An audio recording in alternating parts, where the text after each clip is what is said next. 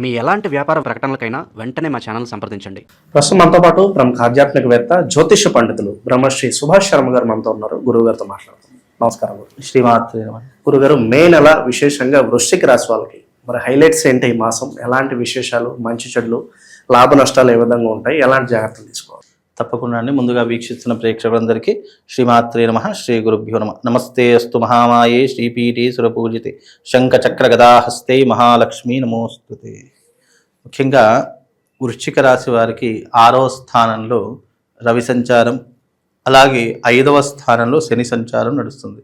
వృశ్చిక రాశి వారికి ఈ మాసం గనక చూసుకున్నట్టయితే కొంతవరకు ఇబ్బంది అని చెప్పుకోవచ్చు. ఎందుకు అంటే కనుక వీళ్ళ యొక్క స్వభావం ఎలా ఉంటుందంటే కోపము, ఆవేశం విపరీతంగా ఉంటూ ఉంటుంది. ఎందుకంటే వృశ్చిక రాశి వారికి కుజుడు అధిపతి అవుతూ ఉంటాడు. కుజుడు ఎలాంటి లక్షణాలు కలిగి ఉంటాడంటే యుద్ధ వాతావరణము, అలాగే ప్రకృతి వైపరీత్యాలు, అలాగే శత్రుత్వాలు ఎక్కువగా పెంచుకునేటటువంటి లక్షణాలు, ఇవన్నీ కూడా వృశ్చిక రాశి వారిలో ఎక్కువగా ఉంటూ ఉంటాయి. అంటే వీళ్ళ యొక్క మాట తీరు కూడా కొట్టినట్టే ఉంటుంది. ఎవరితో ఏదైనా మనం మామూలుగా మాట్లాడితే ఎలా ఉంటుంది, కొంచెం వాయిస్ రేస్ చేసి మాట్లాడితే ఎలా ఉంటుందో ఆ రకమైనటువంటి విధానాలు వృశ్చిక రాశి వారిలో ఎక్కువ ఉంటాయి. కానీ అలాగని వాళ్ళు ఏం చెడ్డవాళ్ళు కాదు, వాళ్ళ బిహేవియర్ అంతా, వాళ్ళ వ్యక్తిత్వమే అంత, అంటే వాళ్ళ పుట్టుక స్వభావమే అలా ఉండేటటువంటి లక్షణాలు ఎక్కువగా ఉంటాయి వీళ్ళ మీద. అంటే కుజుడి యొక్క ఆధిపత్యం ఎక్కువగా ఉంటుంది. అంటే వీళ్ళకి ఏంటి అని అంటే ఇక్కడ కమాండింగ్ అండ్ డిమాండింగ్ ఎక్కువగా ఉండాలి అని ఆలోచిస్తూ ఉంటారు. ఎప్పుడూ చుట్టుపక్కల ఒక 10 మంది ఉండాలి, లేదా ఒక 5గురితో వీళ్ళు సావసవడ గ్యాంగ్ని మెయింటైన్ చేయాలని అనుకుంటారు చూస్తారు. అలాంటి స్వభావం కలిగినటువంటి వారిలో వృశ్చిక రాశి వారు ఒకరు అని చెప్పుకోవచ్చు. వీళ్ళు ఎప్పుడు కూడా ఒంటరిగా ఏ పని చేయరు. ఒక 2-3 వెంటేసుకొని మన పని చేస్తున్నారు. సినిమాకి వెళ్ళాలనుకోండి, నేను డబ్బులు ఖర్చు అవుతాయి కదా అని చెప్పి నేను ఒక్కనే వెళ్తాను. వీళ్ళు అలా కాదు, డబ్బులు పోయినా పర్వాలేదు, ఒక 2-3 వేసుకొని వెళదాము, ఒక గ్యాంగ్ని మెయింటైన్ చేద్దాము, ఒక సర్కిల్ని మెయింటైన్ చేద్దాము అనేటటువంటి లక్షణాలు కలిగినటువంటి వారిలో ఈ వృశ్చిక రాశి వారు ఒకరు అని చెప్పుకోవచ్చు. అలాగే వీళ్ళు కొట్లాటలకు వెళ్ళాలన్నా, గొడవలు పెట్టుకోవాలన్నా చాలా ఇష్టమైది ఉంటూ ఉంటుంది. అంటే అనవసరమైనటువంటి గొడవలకి ఎక్కువగా వెళుతూ ఉంటారు. బికాజ్ వాళ్ళ నేచర్ అంతే. ఇక అంటే చిన్న చిన్న విషయాలను కూడా పెద్దగా చేసుకోవడం, ఇలాంటి లక్షణాలు ఎక్కువగా ఉంటాయి. అందులోనూ వీళ్ళ మీద పోలీస్ స్టేషన్లో కేసులు కావచ్చు, కోర్టు వ్యవహారాదులో తిరగడం కానీ ఇలాంటి ఎక్కువగా ఉండేటటువంటి లక్షణాల్లో ఈ వృశ్చిక రాశి వారు ఒకరు అని చెప్పుకోవచ్చు. అలాగని వీళ్ళ గురించి నెగిటివిటీ అని కాదు, వీళ్ళు చెడ్డవారని కాదు, వాళ్ళ యొక్క స్వభావం అలా ఉంటుంది. అది కొంతమందికి నచ్చుతుంది, కొంతమందికి నచ్చదు. ప్రపంచంలో 100 మందికి 100 మంది నచ్చాలని రూల్ ఏం లేదు. కాబట్టి కొంతమందికి నచ్చుతుంది, కొంతమందికి నచ్చదు. అలాంటి స్వభావం కలిగినటువంటి వారిలో వృశ్చిక రాశి వారు ఒకరు అని చెప్పుకోవచ్చు. ప్రస్తుత కాలంలో ఈ మాసంలో కనుక చూసుకుంటే 6వ స్థానంలో రవి సంచారము, అలాగే 5వ స్థానంలో శని సంచారం వల్ల వీళ్ళకి ఏంటి అని అంటే కనుక ఆర్థిక పరమైన ఇబ్బందులు వస్తూ ఉంటాయి. కుటుంబ పరంగా నష్టం అనేటటువంటి, అదే కుటుంబ పరంలో చిక్కులు, చికాకులు, ఇబ్బందులు, ప్రతి చిన్న విషయానికి గిల్లి కజ్జాలు పెట్టుకొని దాన్ని పెద్దదిగా చేసుకోవడము, అనవసరమైన పంచాయతీల్లో కూర్చోవడం, ఇలాంటివి ఎక్కువగా ఉంటూ ఉంటాయి. అలాగే వీళ్ళకు స్థానచలనం జరిగేటటువంటి అవకాశం ఏర్పడుతూ ఉంటుంది. స్థానచలనం కొంతవరకు కలిసి వచ్చేటటువంటి అవకాశం ఏర్పడుతూ ఉంటుంది. ఉన్న ఉద్యోగం వదిలేసి కొత్త ఉద్యోగంలోకి వెళ్ళాలి అనేటటువంటి ఆలోచనలు కలుగుతూ ఉంటాయి. అంటే మంచి ప్యాకేజ్ రావడం కానీ అలాంటివి కూడా జరిగేటటువంటి లక్షణాలు ఏర్పడేటటువంటి విధంగా ఉంటుంది. కానీ కొంతవరకు దానివల్ల నష్టం, అంటే కొత్త ఉద్యోగులు ఎన్ని రోజులు ఉంటారో కూడా గ్యారెంటీ లేదు. కాబట్టి ఉన్న ఉద్యోగాన్ని కాస్త మీరు ముందుకు తీసుకుని వెళ్తే బాగుంటుంది. ఉన్న ఉద్యోగాలనే స్థిరపడేటటువంటి అవకాశాన్ని ఏర్పరచుకుంటే గనక కొన్ని రకాలుగా బాగుండే అవకాశాలు ఏర్పడుతూ ఉంటాయి.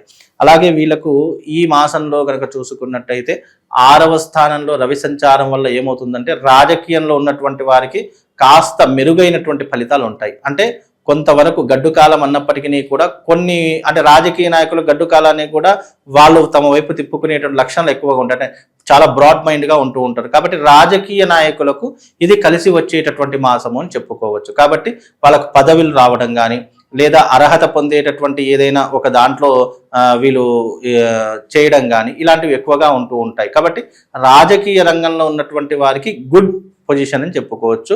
అలాగే గుడ్ టైం అని కూడా చెప్పుకోవచ్చు. సినిమా రంగంలో ఉన్నటువంటి వారికి కూడా మంచి మంచి అవకాశాలు వస్తూ ఉంటాయి. అవి సినిమా రంగంలో కావచ్చు, నాటక రంగంలో కావచ్చు, లేదా షోస్ కావచ్చు, ఏదో ఒక విషయంలో గనక వీళ్ళకు శుభప్రదంగా ఉండేటటువంటి లక్షణాలు ఈ మాసంలో వృశ్చిక రాశి వారికి ఏర్పడుతూ ఉంటాయి. కనుక వృశ్చిక రాశి వారు ఎవరైతే ఉన్నారో ఈ మాసంలో వాళ్ళకు శుభ ఫలితాలతో పాటు కాస్త గడ్డు కాలము అంటే వీళ్ళకి ఏంటి అంటే 5వ స్థానంలో శని సంచారం కాబట్టి వీళ్ళకు ఆర్థిక పరంగా కావచ్చు, లేదా ఆరోగ్య పరంగా కావచ్చు, కొంతవరకు మానసిక ఇబ్బందుల వల్ల కావచ్చు, కాస్త ఇబ్బంది పడేటటువంటి అవకాశం అయితే ఏర్పడుతుంది. పెట్టుబడుల పరంగా ఏ వ్యాపారాలు వీళ్ళకి సూచిస్తారు గురుగారు? ముఖ్యంగా ఈ యొక్క వృశ్చిక రాశి వాళ్ళు పెట్టుబడులు పెట్టాలి అని అనుకుంటే గనక గోల్డ్ మీద పెట్టుబడి పెట్టుకోవచ్చు. అలాగే పంచలోహాలు ఏ దాని మీద ఐరన్ కానీ, లేదు అంటే ఐరన్కి సంబంధించిన బిజినెస్లో కానీ, లేదు గోల్డ్కి సంబంధించినటువంటిది కానీ, వెండికి సంబంధించినటువంటిది కానీ, ఇత్తడి, రాగి ఇలాంటి వాటిలో వీళ్ళు ఇన్వెస్ట్మెంట్ పెట్టడం వల్ల కాస్త ఉపశమనం కలిగేటటువంటి అవకాశం ఉంటుంది. అలాగే ముఖ్యంగా ఇంకా అంటే డైలీ వారి వృత్తిలో పెట్టుబడి పెట్టాలంటే పాల కేంద్రాలు కావచ్చు, అంటే మిల్క్ సెంటర్స్ కావచ్చు, లేదంటే కిరాణా షాపులు అంటే నిత్యవారి సరుకులు కావచ్చు, ఇలాంటి వాటిలో పెట్టుబడులు పెట్టినా కూడా వీళ్ళకు మంచి ఇన్కమ్ వచ్చే అవకాశం ఉంటుంది. ముఖ్యంగా వీళ్ళు భూమి మీద కానీ లేదా ఫైనాన్స్ రంగంలో కనుక ఇన్వెస్ట్మెంట్ పెడితే కలిసి వచ్చేటటువంటి అవకాశాలు చాలా ఖచ్చితంగా ఉంటాయండి. వివాహ ప్రయత్నాలు అనుకూలంగానే ఉంటాయి అంటారా ప్రస్తుతానికి? ముఖ్యంగా వివాహ ప్రయత్నాలు అనేటటువంటి ఈ మాసంలో కాస్త కష్టమే. వచ్చే నెల అంటే జూన్ తర్వాత గనక వివాహ ప్రయత్నాలు పెట్టుకుంటే ఎంతో కొంతవరకు కలిసి వచ్చేటటువంటి అవకాశం ఏర్పడుతుందండి. ప్రస్తుత కాలంలో ఎలాంటి చిన్న చిన్న మార్పులు చేసుకోవడం ద్వారా వీళ్ళకి రాబోయే ఇబ్బందులు తొలగిపోతాయి అంటారు? ముఖ్యంగా వీళ్ళు కోపం ఆవేశం తగ్గించుకోవాలి, మెయిన్ రీజన్ అండి. అలాగే తొందరపడి నిర్ణయాలు అస్సలు తీసుకోకూడదు. ఏదైనా నిర్ణయం తీసుకునేటప్పుడు అది మంచా చెడ, మన జీవితానికి ఉపయోగపడుతుందా లేదా అనేటటువంటి ఆలోచన చేయాలి. ఒక 2 రోజులు ఆలస్యమైనా సరే పర్వాలేదు, కానీ ఏ విషయాన్ని కనుక నువ్వు అడుగు పెడుతున్నావు ఆ విషయాన్ని ఆచితూచి అడుగు వేసి ఆలోచన చేసుకుంటే అన్ని రకాలుగా బాగుంటుంది. అలాగే తొందరపడి నిర్ణయాలు తీసుకోకుండా పెద్దవాళ్ళ సలహాలు సూచనలు తప్పకుండా పాటించే ప్రయత్నం చేయాలి. డబ్బులు తొందరపడి ఇవ్వడం కానీ, అప్పుగా కానీ, రుణంగా కానీ, లేదా మనవాడే కదా అని చెప్పేసి తొందరపడి ఎవరికి కూడా డబ్బులు ఇచ్చే ప్రయత్నాలు అస్సలు చేసుకోకుండా ఉండాలి. మరీ ముఖ్యంగా ఎక్కువ ఆలోచించే ప్రయత్నం చేసుకోకూడదు.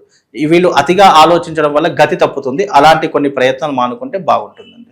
ఓకే, ఇక ప్రస్తుత కాలం గురుగారు ఈ ప్రాపర్టీస్ ఏమన్నా కొనుక్కోవడానికి అనుకూలంగానే ఉంటుందంటారా? ముఖ్యంగా ఈ వృశ్చిక రాశి వారికి కనుక చూసుకున్నట్టయితే ఈ మాసంలో ఏదో ఇల్లో ప్లాటో ఏదో ఒకటైతే కొనేటటువంటి యోగం అయితే ఉంది. అది వాళ్ళు ఆలోచించే విధానాన్ని బట్టి ఉంటుంది. బికాజ్ ఏంటి అంటే కనుక కొంతమందికి తొందరపడి నిర్ణయాలు తీసుకోవడం వల్ల మిస్ఫైర్ అవుతూ ఉంటుంది. మరికొంతమంది ఏమవుతుంది అంటే కనుక అరే ఏదైనా ప్రాపర్టీ తీసుకుంటే బాగుంటుంది అనే ఆలోచన కలుగుతుంది. అలా ఆలోచన కలిగి తీసుకుంటే కనుక అది లాభదాయకమైనటువంటి జీవితాన్ని, అలాగే వాళ్లకు మంచి ఆస్తిని సంపాదించి పెట్టుకునే అవకాశాన్ని ఏర్పరుస్తుందండి. ప్రస్తుతం ఎలాంటి పరిహారాలు చేసుకుంటే విశేషంగా వెళ్ళకాల్సి వస్తుందంట? ముఖ్యంగా వృశ్చిక రాశి వారికి ఏదైనా పరిహారం చేసుకోవాలి అని అనుకుంటే గనక వీళ్ళు మంగళవారం రోజున గణపతిని ఆరాధన చేసుకోవడం లేదా సుబ్రహ్మణ్య స్వామిని ఆరాధన చేసుకోవడం చాలా విశేషం. వీళ్ళకు సహస్రమోదక గణపతి యాగం చేసుకోవడం వల్ల కొంతవరకు ఉపశమనం కలుగుతుంది. ప్రతి సంకష్టాల చతుర్థి రోజున సహస్రమోదక గణపతి యాగం చేయిస్తాను. కనుక మీరు కూడా ఎవరైనా యాగం చేయించుకోవాలి అని అనుకుంటే, ఎవరికైతే కుజుడు బాగా లేడు, జాతకంలో కుజదోషం ఎవరికైతే ఉందో, లేదా ఆర్థిక పరంగా చాలా వరకు నష్టపోయేటటువంటి లక్షణాలు ఎవరికైనా ఉన్నాయి అంటే తప్పకుండా వీళ్ళకు ఒక మంచి పరిష్కారం ఏంటంటే సహస్రమోదక గణపతి యాగం. ఈ సహస్రమోదక గణపతి యాగం చేసుకోవడం వల్ల కొంతవరకు వీరికి జీవితంలో ఉపశమనం కలుగుతుంది. అలాగే వీళ్ళకు ముఖ్యంగా ఒక మంత్రం ఏదైనా చదువుకోవాలి అంటే గణపతికి సంబంధించినటువంటి మంత్రం చదువుకోవాలంటే ప్రణమ్య శిరసాదేవం గౌరీపుత్ర వినాయకం భక్తావాస స్మరే నిత్యం ఆయుష్ కామార్థ సిద్ధయే అనేటటువంటి మంత్రాన్ని చదువుకోండి.